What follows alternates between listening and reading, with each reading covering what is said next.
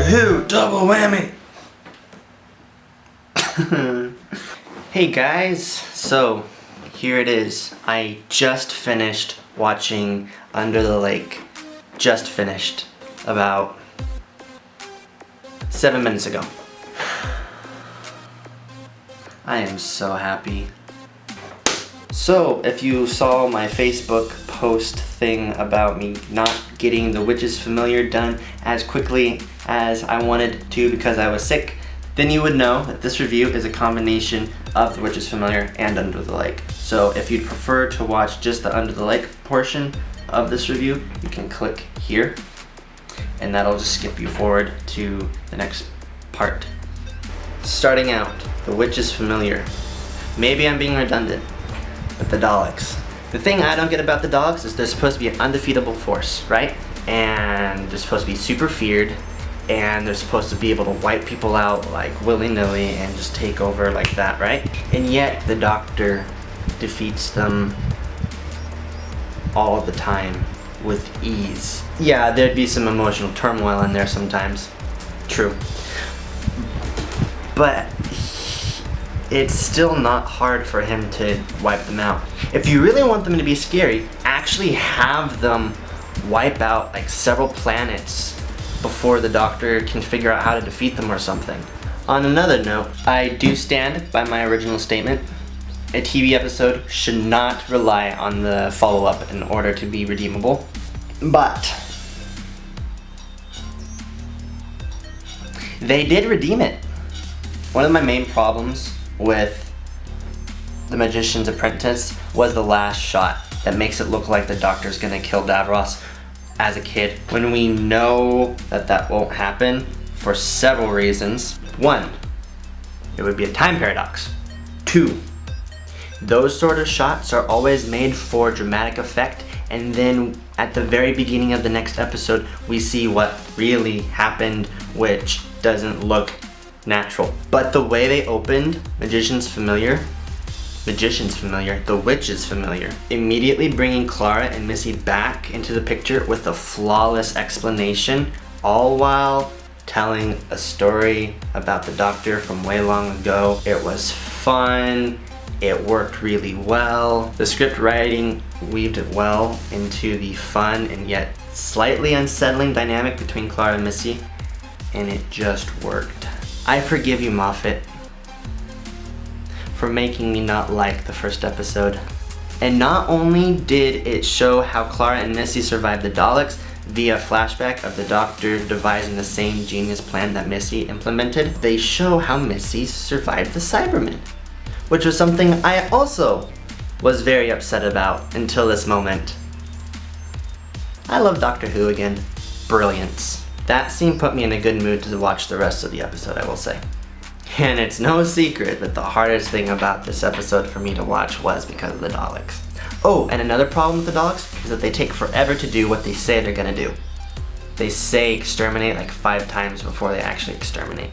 The only way to make the Daleks interesting to me is to do what they did in this episode, by incorporating more of their nature, introducing more of that, and the way that they live, but it still didn't bring me to the edge of my seat. What did make this episode for me, besides the opening scene which set me in a good mood, Davros and the Doctor going back and forth, seeing that relationship that I personally don't know much about because I don't know almost anything about the old series where Davros was originally in the mix. Just seeing that fleshed out, seeing kind of the chemistry, the history, and where that brought them to at this point in the Doctor's timeline. We don't really see much of Davros, and it was pretty cool actually to see him come in and be the main antagonist as opposed to the Daleks this time around. The Daleks are kind of like a side thing.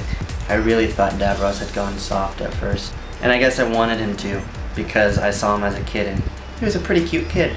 He seemed nice, troubled, unfortunate, but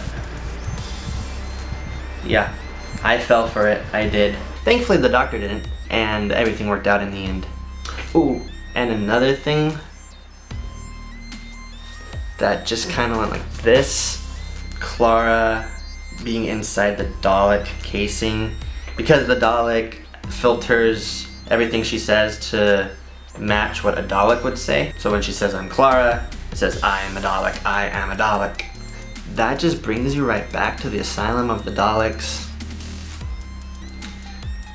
When Clara's other projection self, Oswald, you know what I'm talking about. It hurt. All in all, I really think that these 2 episodes could have been 1 episode. It felt really stretched out, needlessly so. But in the end, it was good-ish. I mean, the Daleks just ruin everything, but by far not my favorite. It might be a while before I rewatch those episodes. If I was to put The Magician's Apprentice, excuse me. So if I was to put The Magician's Apprentice and The Witch's Familiar on together and give it a rating, 1 to 10, 6. In order to enjoy it 100%, I'd have to like filter certain parts out that I'll have to deal with seeing and hearing and looking at the Daleks.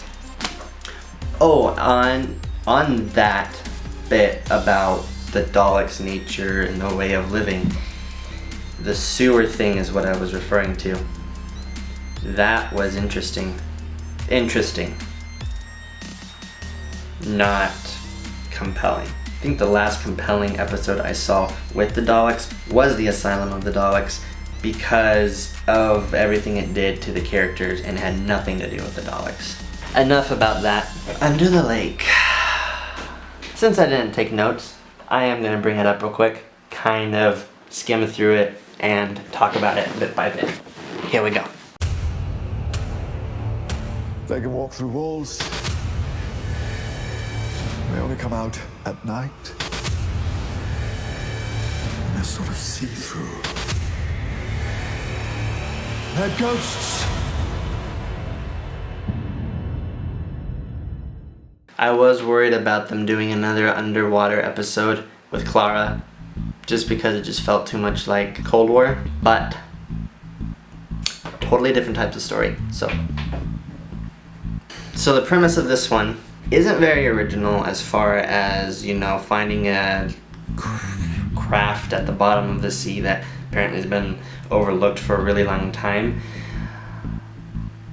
Yet it brings that Doctor Who twist to it that just totally changes the whole thing, and it makes it so much better. One of the hardest things that I've noticed with TV shows when they bring in characters for just a little period of time, like 1 or 2 episodes, there always tends to be the very cliche kind of roles that need to be filled. Like the guy who was out for his own, protecting his company, stuff like that, which this episode does have. But I really like how in Doctor Who, most of the time, the characters are very well fleshed out and they all have their own personalities, as well fleshed out as they can be for a TV show. There's this chick that is very smart, very good at what she does, her head's straight, but she's kind of like a fangirl for the Doctor because they know about him because of Unit and all that. Very entertaining to watch. Don't focus on her face, focus on my face. It's focusing on her face. This part weirded me out at first, just because it seemed outside of Clara's personality. Then I thought to myself, I am stupid. It's really showing how she's trying to deal with the after effects of losing Danny, and she's really trying to embrace this one thing that she knows is traveling with the Doctor. Whoa, whoa, whoa, whoa, whoa, whoa! Where do you think you're going? Out there, where the action is. Look, What? oh, don't go native. What do you mean I'm not? You need a hobby. I really don't. Oh, yeah, better another relationship. Come on, you lot, you're bananas about relationships. I'm fine. She looked so emotional. I really appreciate that they're taking the time to show that Clara's kind of in denial of where she's at right now. This episode is just chock full of goodness. Driving plot, interesting. It's one of those episodes that takes something common or mythical and just puts a spin on it, makes you wonder, why is this? Kind of like the Mummy on the Orient Express one, where you know those things don't happen, but this is happening for some reason. There's an explanation, right? And it's a two-parter, so I really can't say much about it, about anything with any resolve about it, because there's no full resolution going on yet. There are a lot of aspects of this episode that I really do like. The whole writing on the wall at the earworm, ingenious.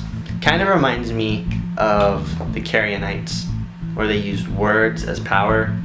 This episode just feels like classic Doctor Who, and it makes me so happy. So good. I'm excited to see where it goes next. I could ramble about this episode for a really long time. I probably could, but that's not a good idea. Let's just end it there. I'm happy. So bye-bye.